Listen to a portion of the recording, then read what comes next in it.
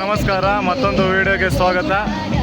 ಇದೆಂತಂದರೆ ಇವಾಗ ಆರತಿಯನ್ನು ಮಾಡ್ತಾರೆ ನಮ್ಮ ಸಮುದ್ರದ ದೇವರಿಗೆ. ಅದಕ್ಕೋಸ್ಕರ ಇದಕ್ಕೆಲ್ಲ ಈ ಥರ ಬಾಳೆಹಣ್ಣು ಮತ್ತು ಎಲೆ ಅದನ್ನೆಲ್ಲ ಇಟ್ಟು ಇವಾಗ ಆರತಿ ಮಾಡೋದು ಇರುತ್ತೆ. ಸಮುದ್ರಕ್ಕೆ ಎಲ್ಲ ರೆಡಿ ಮಾಡ್ತಾ ಇದ್ದಾರೆ ನೋಡಿ ಯಾವ ರೀತಿ ಅಂತ. ಇದನ್ನು ನಮಗೂ ಒಂದು ಸಿಗುತ್ತೆ, ನಾವು ತಗೊಂಡೋಗಿ ಬಿಡ್ಬೋದು. ಆ ಥರ ಎಲ್ಲ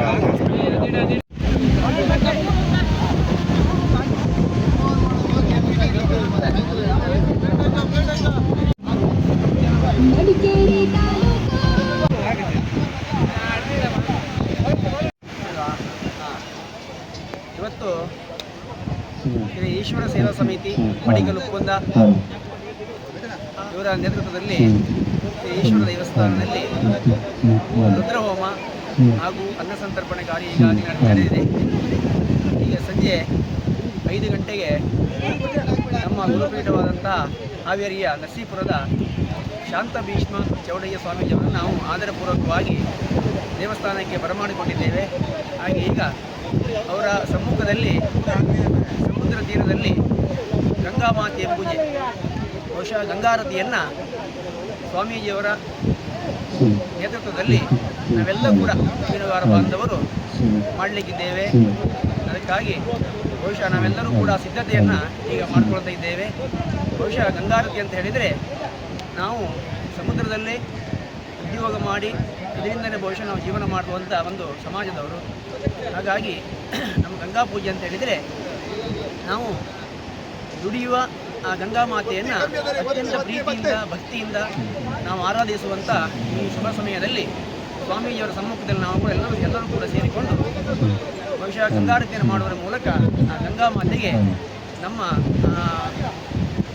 ಧನ್ಯತೆಯನ್ನು ಹಾಗೂ ಅಭಿನಂದನೆಯನ್ನು ಹಾಗೂ ಪ್ರೀತಿಪೂರ್ವಕವಾದಂಥ ಭಕ್ತಿಯನ್ನು ಈ ಮೂಲಕ ನಾವೆಲ್ಲರೂ ಕೂಡ ಸಲ್ಲಿಸಲಿದ್ದೇವೆ. ಹಾಗೂ ಸಾರ್ವಜನಿಕರು ಕೂಡ ಈ ಕಾರ್ಯದಲ್ಲಿ ನಮ್ಮೊಟ್ಟಿಗೆ ಕೈ ಜೋಡಿಸಿಕೊಂಡು ಈ ಗಂಗಾರತಿಯಲ್ಲಿ ಎಲ್ಲರೂ ಪಾಲ್ಗೊಳ್ಳಬೇಕಂತೇಳಿ ಅತ್ಯಂತ ಪ್ರೀತಿಯಿಂದ ಭಕ್ತಿಯಿಂದ ಆದರಪೂರ್ವಕವಾಗಿರೋದೆಲ್ಲರೂ ಕೂಡ ಈ ಕಾರ್ಯದಲ್ಲಿ ಎಲ್ಲರೂ ಕೂಡ ಸಹಭಾಗಿಗಳಾಗಿ ಗಂಗಾ ಮಾತೆಯ ಆಶೀರ್ವಾದವನ್ನು ಪಡೆಯಬೇಕಂತೇಳಿ ಅತ್ಯಂತ ವಿನಯಪೂರ್ವಕವಾಗಿ ನಾವು ಪ್ರಾರ್ಥನೆ ಮಾಡ್ತಾ ಇದ್ದೇವೆ.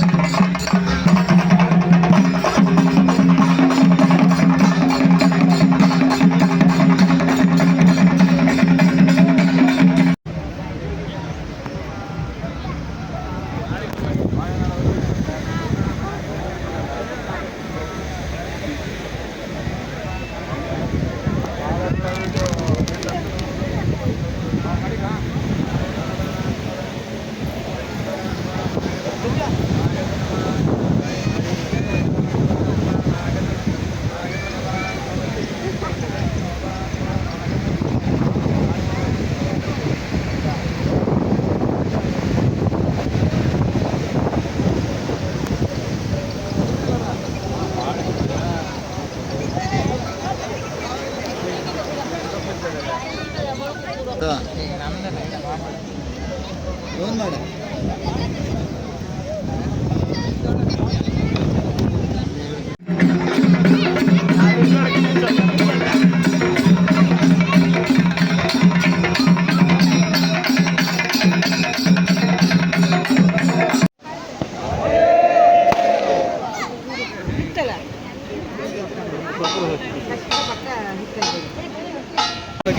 ಹೇಳಿ ಈಗ ಇದ್ರ ಬಗ್ಗೆ. ಇವತ್ತು ಸ್ವಾಮೀಜಿನ ಕರ್ಕೊಂಡು ಬಂದು ಈಗ ಆರತಿ ಬಿಟ್ಟಿದ್ದ. ಹಾಂ ಖುಷಿ ಆಯ್ತಾ? ಹಾಂ ತುಂಬಾ ಖುಷಿ ಆಯ್ತು. ಹಬ್ಬ ಎಲ್ಲ ನಡೀತಾ ಇತ್ತು. ಗಾಳಿ ಜೋರ್ ಇತ್ತು. ಹಾಂ